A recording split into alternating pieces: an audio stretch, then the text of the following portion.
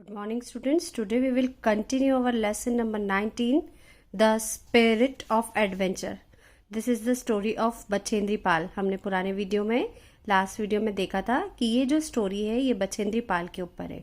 किस तरह से उन्होंने अपनी साहसशीलता का परिचय दिया था और माउंट एवरेस्ट जो था उस पर उन्होंने जो है क्लाइम किया था. Mount Everest is the world highest mountain peak. Himalaya mountain जो है दुनिया का सबसे बड़ा माउंटेन है और उसकी जो माउंट एवरेस्ट पीक है, पहाड़ की चोटी है, वो वर्ल्ड की सबसे बड़ी चोटी है और उस पर उन्होंने जो है वो जीत हासिल करी थी.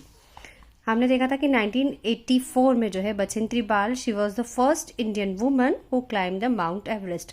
इंडिया की सबसे फर्स्ट वुमन थी जिन्होंने माउंट एवरेस्ट पे चढ़ाई करी थी.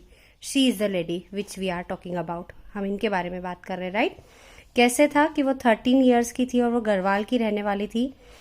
उनकी फैमिली भी यही चाहती थी कि वो पढ़ाई लिखाई छोड़ दे और घर के काम करें, लेकिन उन्होंने और उनके टीचर्स ने उनके फैमिली मेम्बर्स को कन्विंस किया और उन्होंने उनकी पढ़ाई कंटिन्यू करी.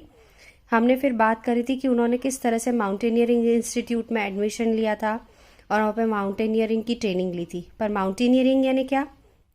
अगर हम हिंदी में बात करें तो माउंटेनियरिंग मीन्स पर्वतारोहण. तो इसकी डेफिनेशन क्या होगी?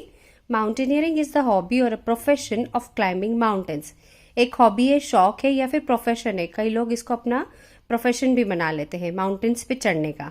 इसमें माउंटेनियर्स यानी पर्वतारोही क्या करते हैं? अटेम्प्ट करते हैं पहाड़ की सबसे ऊंची चोटी पे चढ़ने का और वर्ल्ड की जितनी ऊंची चोटियां होती है पहाड़ की उस पे चढ़ने की कोशिश करते हैं खराब मौसम होने के बावजूद भी. मतलब उनका ये एक शौक होता है, हॉबी होती है या फिर प्रोफेशन होता है जिसमें वो माउंटेन्स पे चढ़ते हैं. उसके बाद हमने ये देखा था कि जब इंडिया का 4th जो एक्सपेडिशन था, अभियान था माउंट एवरेस्ट पे चढ़ने का, उसमें बछेंद्री पाल का सिलेक्शन हुआ था, है ना. उसमें कौन कौन था? बछेंद्री पाल थी, 6 वुमन थी और उसके साथ में 11 मैन थे जो सिलेक्ट हुए थे माउंट एवरेस्ट पे चढ़ाई करने के लिए. और किस तरह से उन्होंने पहाड़ की वो चोटी पे चढ़ाई करी थी इसके बारे में जो है हम आज पढ़ेंगे. हमने यहाँ से हमें वापस कंटिन्यू करना है. चलिए देखते क्या है.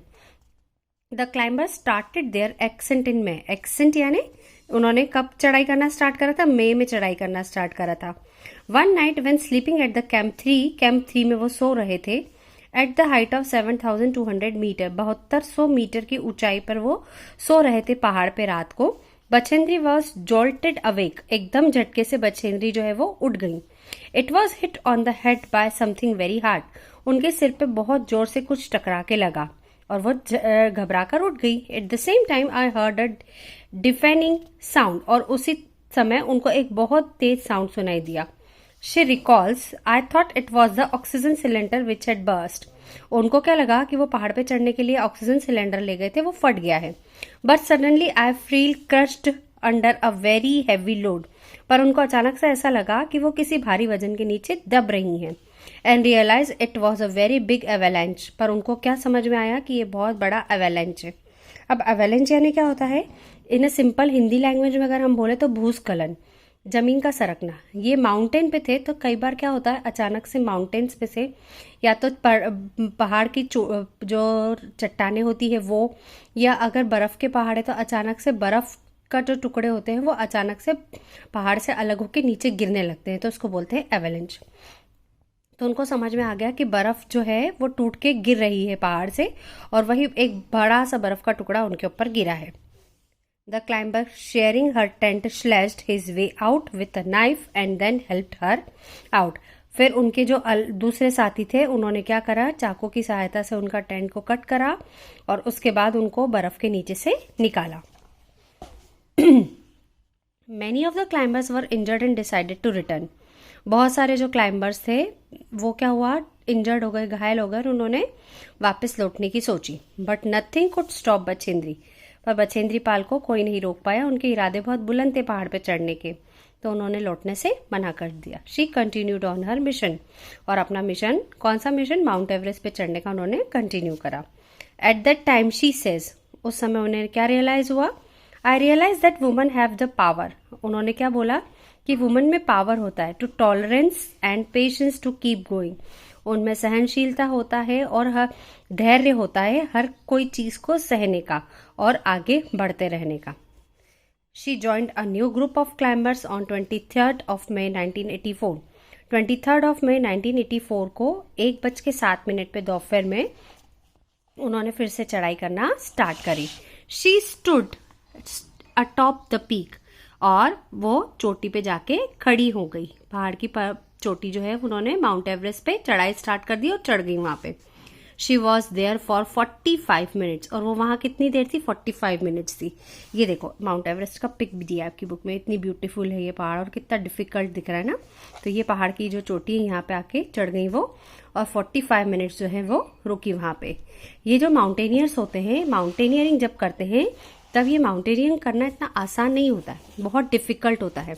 उनको पहले तो खूब हार्ड ट्रेनिंग देते हैं। हार्ड ट्रेनिंग देने के अलावा उनको उस क्लाइमेट में, माउंटेन का क्लाइमेट नॉर्मल क्लाइमेट नहीं होता जिसमें हम रहते हैं, वहाँ कभी भी अचानक से बारिश होने लगती है, बर्फ़ गिरने लगती है, खूब ठंड पड़ने लगती है।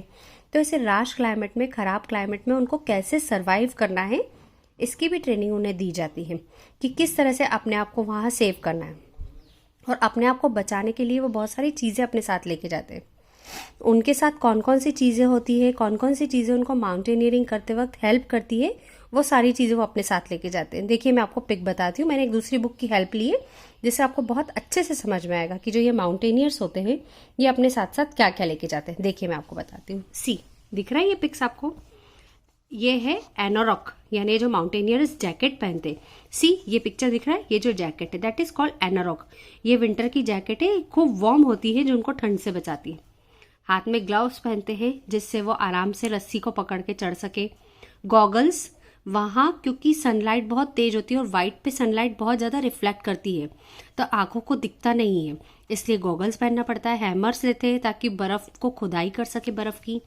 स्नो बूट, बर्फ़ पे चलने के लिए स्नो बूट आते हैं ताकि वो बर्फ़ में चलते वक्त धंसे नहीं।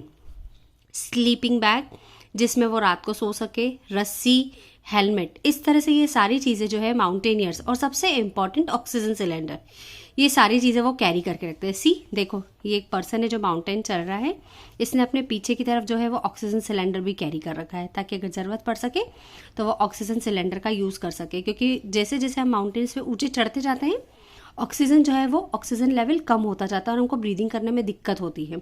हम जितना पहाड़ पर ऊंचाई पे चढ़ेंगे ऑक्सीजन का लेवल उतना कम होता जाता है तो हमको ब्रीदिंग करने में दिक्कत होती है, इसलिए माउंटेनियर्स अपने साथ ऑक्सीजन सिलेंडर भी लेके जाते हैं। तो इस तरह से हम आप वापस अपने लेसन की तरफ आते हैं। बछेंद्री पाल जो है वो 45 मिनट्स माउंटेन पीक पे रही और वो अपने साथ क्या ले गई थी वहाँ पे? She placed an image of goddess Durga. उन्होंने वहाँ पे गॉडेस दुर्गा माता की एक मूर्ति लगाई and Indian try colour on the top, और अपने भारत का तिरंगा जो है वहां लहराया। When she asked an interview, जब उनसे एक इंटरव्यू लिया गया और उनसे पूछा गया if the decision to climb after the avalanche struck was a risky one, she replied, उनसे क्या पूछा गया, क्या आपका डिसीजन जो था वो रिस्की नहीं था कि एवेलेंच के बाद में भी जो है वो आप माउंटेन की क्लाइंबिंग कंटिन्यू करी? तब उन्होंने क्या बोला? She replied the biggest risk in the life is not to take risk. उन्होंने क्या बोला? लाइफ की सबसे बड़ी रिस्क की क्या है? जोखिम ही क्या है? जोखिम न लेना, ये इन्होंने बोला। If you want to achieve something, अगर आप कुछ प्राप्त करना चाहते हैं, you have to take risk, तो आपको रिस्क लेना ही पड़ेगा। अगर आप किसी चीज को, कोई एम को है उसको फुलफिल करना चाहते हैं, आपने अपनी लाइफ में कोई लक्ष्य बनाया है उसको फुलफिल करना है, तो आपकी राह में जितनी भी मुश्किलें आए उन सबको पार करके ही आप अपना जो एम है वो पा सकते हैं। तो यहाँ पे बछेंद्री पाल का क्या कहना है कि अगर आप अपनी लाइफ में कुछ पाना चाहते हैं तो आपको रिस्क लेनी ही पड़ेगी, because there is no gain without pain, क्योंकि जब तक आप दर्द सहन नहीं करेंगे आपको कुछ भी लाभ नहीं मिलेगा। मतलब सफलता पाने के लिए थोड़ी मुश्किलों का सामना करना पड़ता है। Bachendri Pal continue to be a source of great pride for India. Bachendri Pal ने ना सिर्फ माउंट एवरेस्ट पे जो है वो क्लाइम किया, बल्कि वो इंडिया के लिए आगे भी बहुत गर्वदायी रही है, हमारे लिए प्रेरणादायी रही है। प्राइड यानी होता है गर्व, ये यानी हमारे इंडिया के लिए बहुत बड़े गर्व की बात थी कि बछेंद्री पाल ने जो है वो माउंट एवरेस्ट की क्लाइंबिंग करी। She has proved that when the going gets tough, The tough get going. She is currently employed with the Tata Steel Adventure Foundation. उन्होंने क्या बोला कि बुरा वक्त आता है या कठिन समय आता है लेकिन वो चला भी जाता है साथ ही साथ में। अभी वो कहाँ पे है? अभी वो टाटा स्टील जो है एक कंपनी है एडवेंचर फाउंडेशन की, वहां पे जॉब कर रही है। Where she is incharge in the leadership of training through outdoor adventure programme, जहाँ पे वो एडवेंचर जो प्रोग्राम्स होते हैं उसकी ट्रेनिंग लोगों को देती है। She has led several successful expedition to the mount Everest. Expedition यानी अभियान, माउंट एवरेस्ट पे चढ़ने के जितने भी अभियान, बहुत सारे अभियान चले और उसको उन्होंने लीड करा। She has also conducted expedition across the Himalaya.